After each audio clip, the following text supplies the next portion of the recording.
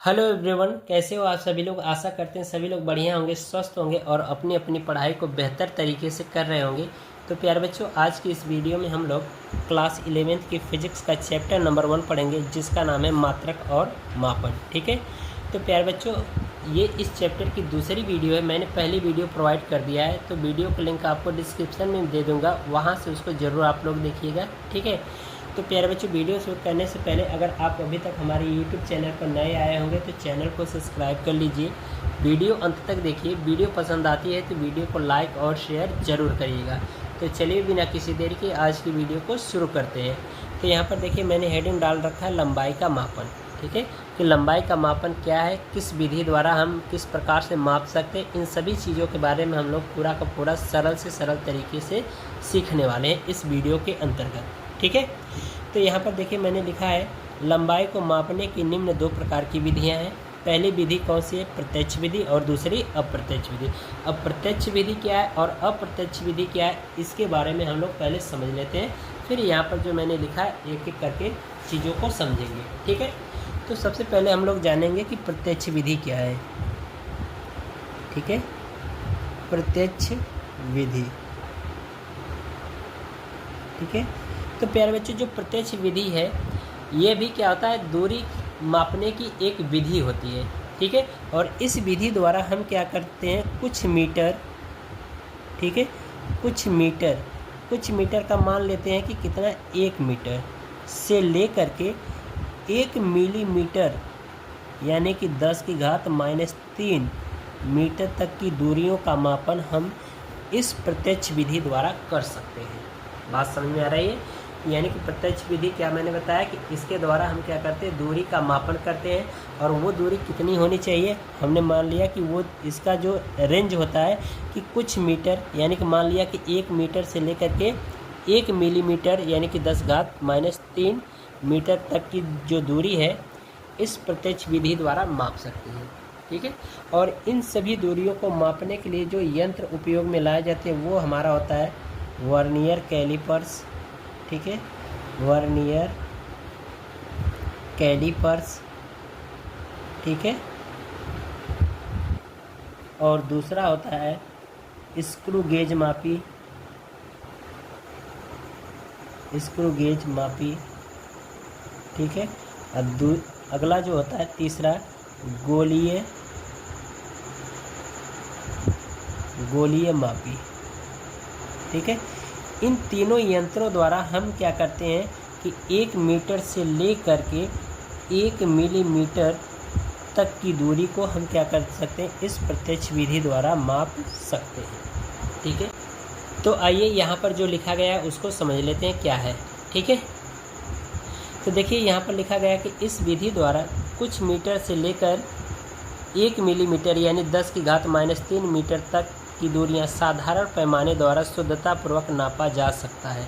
ठीक है। जो यहाँ पर मैंने बताया कि कुछ मीटर यानी 1 मीटर से लेकर के 1 मिलीमीटर यानी 10⁻³ मीटर तक की दूरियां हम इस प्रत्यक्ष विधि द्वारा माप सकते हैं। और इस दूरी को मापने के लिए जो प्रयोग में लाए जाने वाले जो यंत्र हैं वो कौन कौन से हैं, मैंने बताया वर्नियर कैलिपर्स, स्क्रू गेज मापी और गोलीय मापी। ठीक है।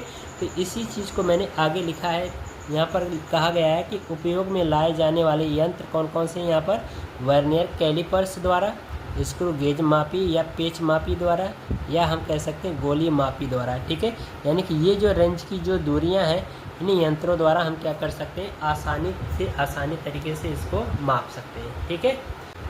तो अब हम लोग अप्रत्यक्ष विधि को जानेंगे कि अप्रत्यक्ष विधि क्या होती है। ठीक है। तो अप्रत्यक्ष विधि को हम लोग सबसे पहले थोड़ा सा समझ लेते हैं, फिर इसके बाद चीज़ों को समझेंगे कि अप्रत्यक्ष विधि क्या होती है। ठीक है। तो प्यारे बच्चों, बात करेंगे अप्रत्यक्ष विधि के बारे में। ठीक है, अप्रत्यक्ष विधि। ठीक है। तो प्यारे बच्चों, जो अप्रत्यक्ष विधि होती है ये सूक्ष्म दूरियों को मापने के लिए इसका उपयोग किया जाता है। जैसे मैं कहूँ कि कोई एक पदार्थ है, उस पदार्थ के परमाणु का आकार ज्ञात करने के लिए या फिर उस परमाणु की त्रिज्या का मान ज्ञात करने के लिए हम क्या कर सकते हैं, इस अप्रत्यक्ष विधि का उपयोग करते हैं। ठीक है। प्यारे बच्चों, एक चीज़ देखो यहाँ पर कि मैं कहूँ कि अगर ये हमारे पास 2 मिलीमीटर की एक रेखा है, ठीक है, 2 मिलीमीटर की एक रेखा है, तो हम क्या कर सकते हैं, मीटर पैमाने द्वारा या स्केल द्वारा या वर्नियर कैलिपर्स या स्क्रू गेज मापी द्वारा हम इसको आसान से तरीके से नाप सकते हैं। लेकिन मैं कह दूं कि इसी लाइन की मोटाई आप बताओ कितनी है, तो हम क्या करते हैं, इस वर्नियर कैलिपर्स या स्क्रू गेज मापी या गोलीय मापी द्वारा क्या कर सकते हैं, माप नहीं सकते हैं। तो इसके लिए हम लोग किसका उपयोग करेंगे, अप्रत्यक्ष विधि का। हालांकि ये तो इसके द्वारा, इन सभी यंत्रों के द्वारा इसकी मोटाई तो ज्ञात हो जाएगी। जैसे मैं कहूँ कि मनुष्य के बाल की मोटाई ज्ञात करनी है, तो इन यंत्रों द्वारा मनुष्य के बाल की मोटाई हम लोग ज्ञात कर सकते हैं, ठीक है। लेकिन बात कर रहे हैं कि पदार्थ के परमाणु का आकार ज्ञात करने के लिए या फिर उसकी त्रिज्या का आकार ज्ञात करने के लिए हम इस प्रत्यक्ष विधि का उपयोग नहीं कर सकते, या हम कह सकते इन यंत्रों का उपयोग नहीं कर सकते, यानी कि इनसे हम लोग माप ही नहीं सकते। तो ऐसी स्थिति में हम लोग क्या करते हैं, अप्रत्यक्ष विधि का उपयोग करते हैं, ठीक है। तो आइए चीज़ों को हम लोग समझ लेते हैं जो लिखा गया है। तो यहाँ पर देखिए कहा जा रहा है कि अत्यंत छोटी दूरियाँ जैसे अणु का व्यास, परमाणु का आकार आदि मापने के लिए कुछ विशेष तकनीकी का उपयोग किया जाता है, ठीक है। छोटी दूरी नापने के लिए अप्रत्यक्ष विधि का उपयोग किया जाता है, ठीक है। यहाँ पर बताया जा रहा है कि जो अप्रत्यक्ष विधि है यह अत्यंत छोटी दूरियों को मापने के लिए इसका उपयोग किया जाता है, जैसे अणुओं का व्यास, परमाणुओं का आकार, या हम कह सकते हैं परमाणुओं की त्रिज्या आदि को मापने के लिए इस अप्रत्यक्ष विधि का उपयोग किया जाता है। तो यहाँ पर कहा जा रहा है कि यहाँ पर कह रहा है कि कुछ विशेष तकनीकी का उपयोग किया जाता है, यानी कि इन अणुओं का व्यास, परमाणुओं का आकार ज्ञात करने के लिए कुछ हमारे पास विशेष तकनीकियाँ हैं जिनका हम लोग उपयोग करते हैं, ठीक है। तो कह रहा है कि छोटी दूरी नापने के लिए अप्रत्यक्ष विधि का उपयोग किया जाता है। इसमें कुछ निम्नलिखित है, यानी कि अप्रत्यक्ष विधियों में क्या है, कुछ निम्नलिखित प्रकार की तकनीकी हैं या विधि हैं, ठीक है। तो उन विधियों को हम लोग एक एक करके समझेंगे, और वो दोनों विधियाँ, दो विधियाँ हैं अप्रत्यक्ष विधि के अंतर्गत, और दोनों के दोनों ज़्यादा इम्पॉर्टेंट हैं क्योंकि उनमें सूत्र का निगमन होगा और उन पर आधारित सवाल भी आपके पेपर में पूछा जाता है, ठीक है।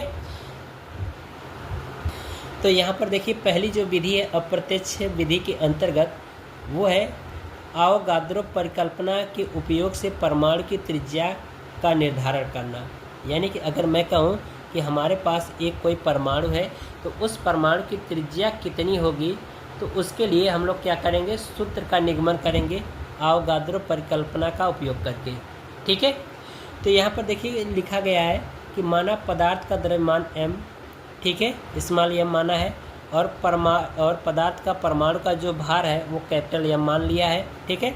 और पदार्थ द्वारा घेरा गया आयतन कितना है, v मान लेते हैं, ठीक है।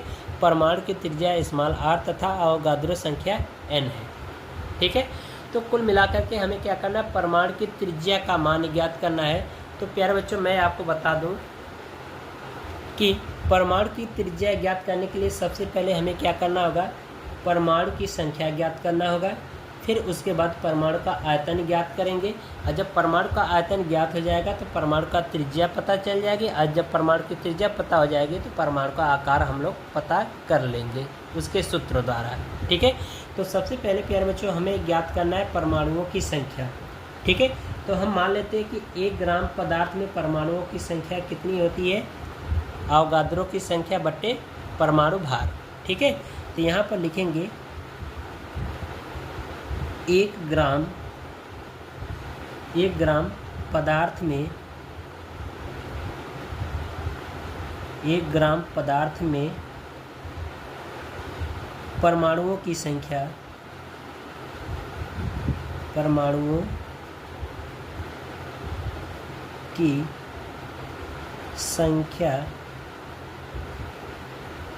बराबर मान लेते हैं कितना है, मैंने बताया कि आवोगाद्रो संख्या बट्टे परमाणु भार। तो आवोगाद्रो संख्या हमने यहाँ पर माना है Na बट्टे परमाणु भार है यहाँ पर हमने माना है कैपिटल M, ठीक है। तो ये हमें पता चल गया कि 1 ग्राम पदार्थ में परमाणुओं की संख्या कितनी है, Na/m है, ठीक है। तो इसी तरह से हम मान लेते हैं कि m ग्राम, ठीक है, m ग्राम पदार्थ में परमाणुओं की संख्या कितनी होगी, तो इसी का हम गुणा करा देंगे m का इसके साथ, तो हमें पता चल जाएगा m ग्राम पदार्थ में परमाणुओं की संख्या। ठीक है, तो ये हो जाएगा m गुणे Na/m। तो ये हमें पता चल गया m ग्राम पदार्थ में परमाणुओं की संख्या। ठीक है, नहीं समझ में आया तो उदाहरण से समझो कि अगर मैं कहूँ कि हमारे पास 2 पेन है, ठीक है, तो हम मान लेते हैं कि एक पेन का मूल्य 5 रुपया है, तो दोनों पेन का मूल्य कितना होगा, तो 10 रुपया होगा। तो वही चीज़ कहा जा रहा है कि 1 ग्राम पदार्थ में परमाणुओं की संख्या कितनी है, n/m है। तो m ग्राम पदार्थ में परमाणुओं की संख्या क्या होगी, तो उसी का हम क्या करेंगे, मल्टीप्लाई करा देंगे इसमें। तो हमारे पास 1 ग्राम में पदार्थ के परमाणुओं की संख्या Na/m है, और इसी में m का गुणा करा दें तो हमें पता चल जाएगा m ग्राम पदार्थ में परमाणुओं की संख्या। तो ये हो जाएगा m बराबर m गुणे Na/m। ठीक है, तो ये हमें पता चल गया परमाणुओं की संख्या। अब हमें पता करना है आयतन। तो हम यहाँ पर ज्ञात करेंगे कि 1 ग्राम यानी कि एक परमाणु द्वारा, ठीक है, अब हमें क्या करना है, आयतन पता कर लेना है। तो यहाँ पर लिखेंगे एक परमाणु द्वारा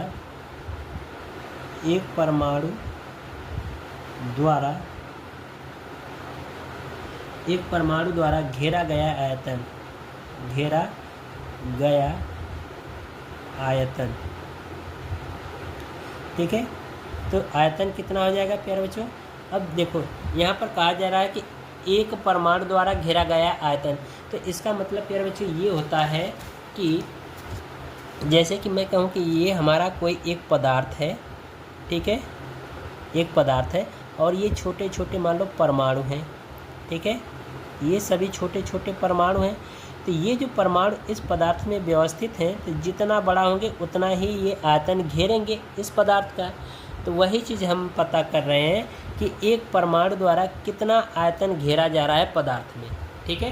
तो बताया गया कि जो परमाणु होता है वो कैसा होता है, गोलाकार होता है। परमाणु कैसा होता है, गोलाकार होता है। तो हमें पता है कि गोले का आयतन कितना होता है, 4/3 पाई r का क्यूब।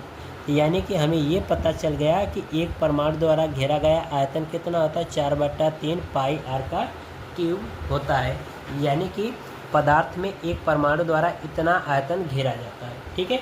तो हमने कहा कि हमें क्या क्या ज्ञात करना है, परमाणुओं की संख्या ज्ञात करनी है, फिर आयतन ज्ञात करना है। और जब आयतन ज्ञात हो जाएगा तो उसी आयतन से हमें क्या पता चल जाएगा, त्रिज्या का मान पता चल जाएगा। जब त्रिज्या का मान पता चल जाएगा तो हम क्या कर सकते हैं, परमाणु का आकार पता कर सकते हैं, ठीक है। तो हमने परमाणु की संख्या ज्ञात कर लिया, परमाणु का आयतन ज्ञात कर लिया, ठीक है। तो हम यहाँ पर आगे लिखेंगे पदार्थ के सभी परमाणुओं द्वारा घेरा गया आयतन।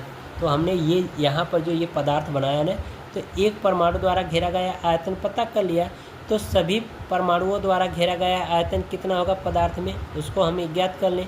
तो यहाँ पर लिखेंगे पदार्थ के सभी परमाणुओं द्वारा, पदार्थ के सभी परमाणुओं द्वारा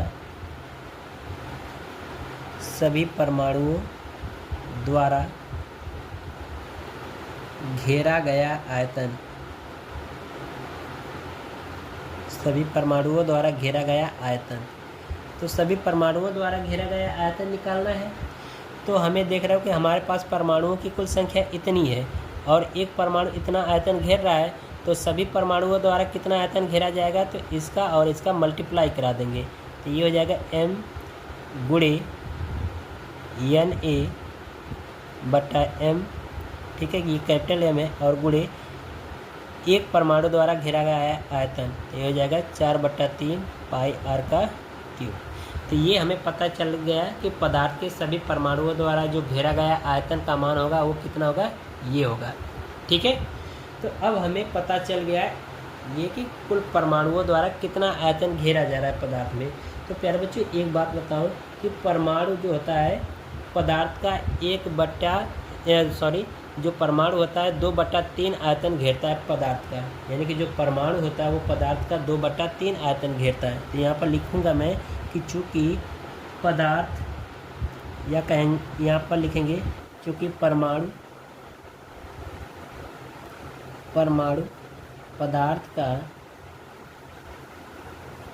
पदार्थ का 2/3 आयतन घेरता है। ठीक है, यानी कि जो परमाणु होता है वो पदार्थ का 2/3 आयतन घेरता है। ठीक है, तो हम कह सकते हैं यहाँ पर लिखेंगे इसलिए। ठीक है, इसलिए यहाँ पर ये हो जाएगा m गुणे Na/m गुणे 4/3 पाई r का क्यूब। अब बराबर ये कह रहा है कि जो परमाणु होता है पदार्थ का कुल कितना है, 2/3 आयतन घेरता है। तो ये हो जाएगा 2/3 आयतन मतलब v गुणे v, यानी कि आयतन का 2/3 भाग घेरता है। ठीक है, तो यहाँ से देखिए ये 3 कट जाएगा। ठीक है, और ये 2 कट जाएगा, 2 1 कम 2, 2 दूना के 4। तो यहाँ पर बच जाएगा बच्चों m गुणे Na/m गुणे 2 पाई r का क्यूब। ठीक है, बराबर v। ये बचा। हम क्या करें, इस m का इधर क्रॉस गुणा करा दें। ठीक है, तो ये हो जाएगा m गुणे Na गुणे 2 पाई r का क्यूब बराबर v गुणे m। ठीक है, इतना हो जाएगा।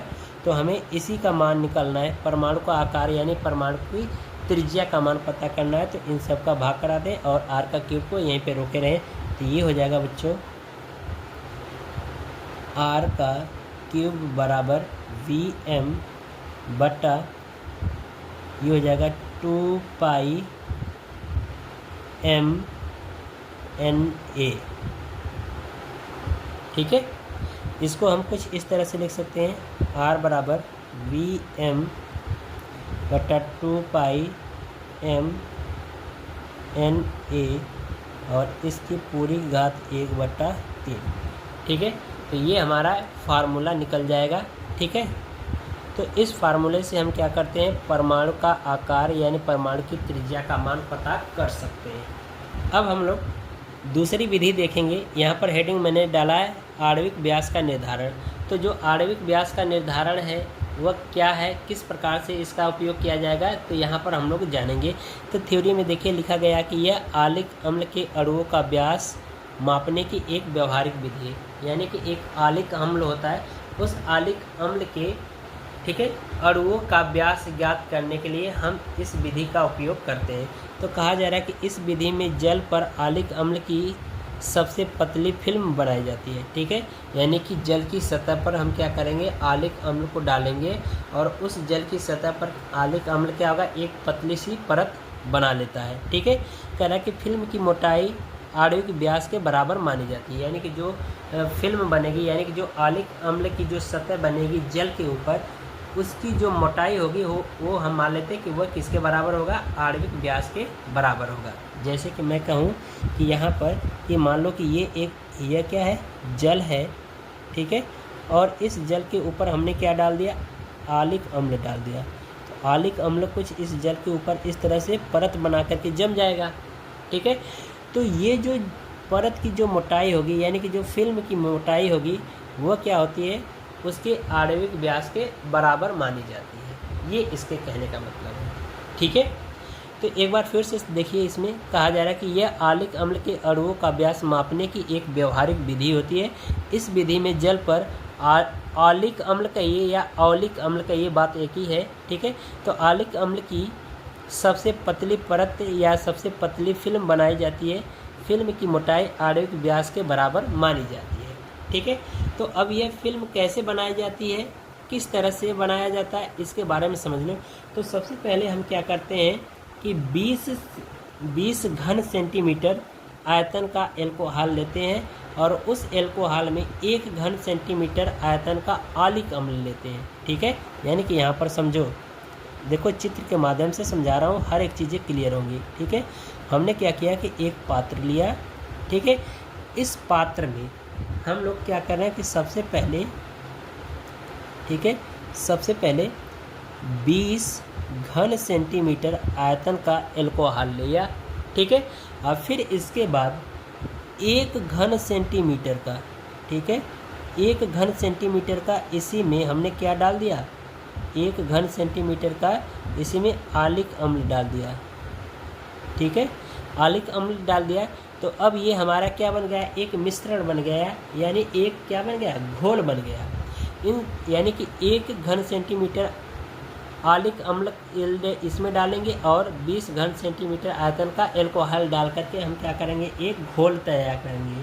ठीक है, अब इस घोल में से, ठीक है, इस घोल में से हम क्या करेंगे कि 1 घन सेंटीमीटर का घोल निकालेंगे। ठीक है, यानी कि 1 घन सेंटीमीटर आयतन का घोल निकाल करके बाहर रखेंगे और इस घोल में अब फिर पुनः 20 घन सेंटीमीटर, ठीक है, पुनः 20 घन सेंटीमीटर आयतन का क्या डालेंगे, एल्कोहल डालेंगे। ठीक है, एल्कोहल डाल लेंगे तो फिर एल्कोहल जब इसमें डाल देंगे तो इसके द्वारा जो घोल बनेगा, इस घोल को क्या करेंगे, जल की परत पर डालेंगे। तो इस तरह से आलिक अम्ल क्या करेगा, जल के ऊपर एक परत बना लेगा, जो भी इसकी मोटाई होगी वह आणविक व्यास के बराबर मान ली जाएगी। ठीक है, चीज़ें समझ में आ रहा है, नहीं समझ में आया एक बार फिर से देखो। हमने क्या किया, एक बर्तन लिया और इस बर्तन में हमने क्या किया कि 20 घन सेंटीमीटर आयतन का इसमें क्या डाला, एल्कोहल डाला। ठीक है, और इसी में क्या किया कि 1 घन सेंटीमीटर आयतन का आलिक अम्ल डाल करके दोनों को घोल दिया।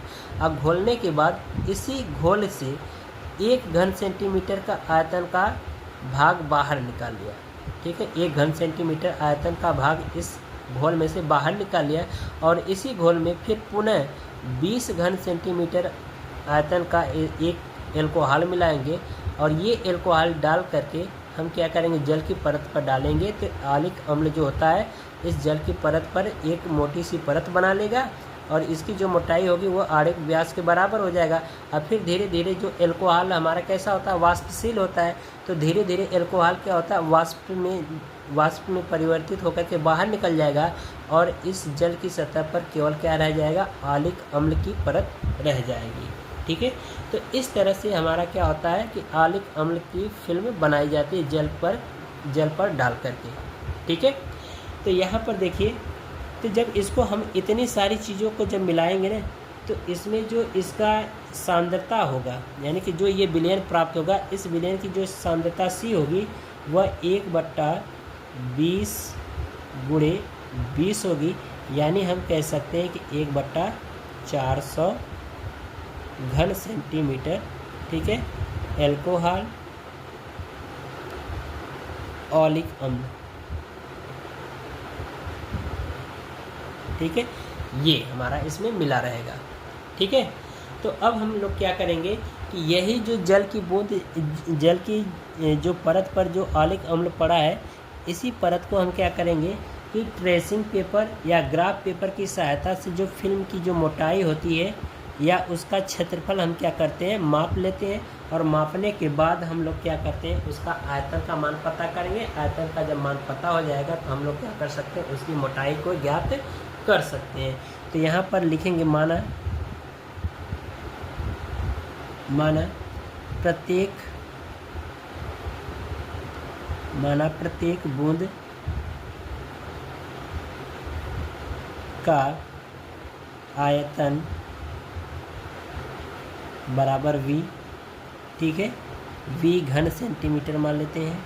ठीक है, फिर इसके बाद हम ले लेते हैं कि घोल, जो हमारा ये घोल बना है, ठीक है, घोल की n बूंदें का या n बूंदों का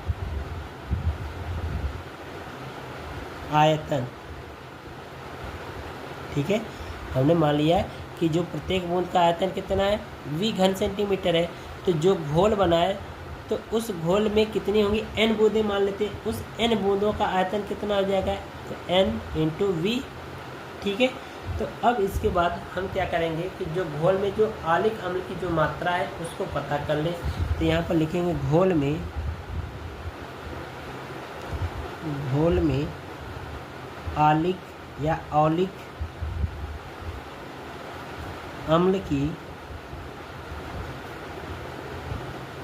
मात्रा बराबर हमने क्या किया कि ये जो आयतन है n बूंदों का, इसका ये लिख लेंगे। और इसकी जो सांद्रता ये जो निकल के आई 1/400, इसमें इसका गुणा करा देंगे तो हमें घोल में ऑलिक अम्ल की मात्रा का मान पता चल जाएगा। ठीक है।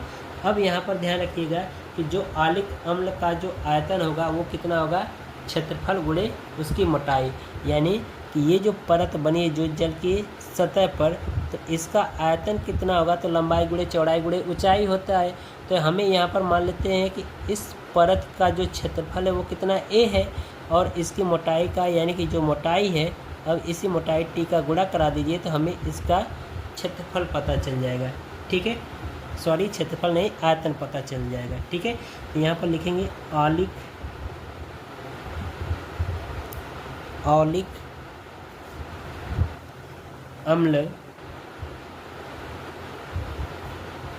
का आयतन बराबर, ऑलिक अम्ल का आयतन बराबर कितना हो जाएगा प्यारे बच्चों, वो हो जाएगा A/T। ठीक है, तो अब हम इन्हीं दोनों को क्या करें, बराबर रख दें। ठीक है, इसको और इसको क्या करें, एक दूसरे के बराबर रख दें। तो इसको मान लो समीकरण 1 और इसको मान लो समीकरण 2, तो लिखेंगे समीकरण 1 इक्वल समीकरण 2, दोनों को बराबर रख दीजिए तो ये हो जाएगा A/T बराबर NV गुणे 1/400। ठीक है, हमें इसी की T का मान निकालना है तो एक का इधर डिवाइड करा देंगे तो ये हो जाएगा T बराबर NV/400A। तो इस फार्मूले से हम क्या कर सकते हैं, ऑलिक अम्ल की जो मोटाई है उसको पता कर सकते हैं। और यही जो मोटाई माना गया है कि परमाणु का क्या करता है, ये व्यास का निर्धारण करता है, यानी कि इसकी मोटाई कहिए या इस परमाणु का या आणविक का व्यास कहिए। तो इससे हम क्या कर सकते हैं, मान पता कर सकते हैं। ठीक है, इस फार्मूले द्वारा। तो प्यारे बच्चों, आशा करते हैं हर एक चीज़ समझ में आया होगा। यदि आपको वीडियो पसंद आई होगी तो वीडियो को लाइक करिए और चैनल को सब्सक्राइब करिए। मिलते हैं अगली वीडियो में, तब तक के लिए गुड बाय, थैंक यू, जय हिंद।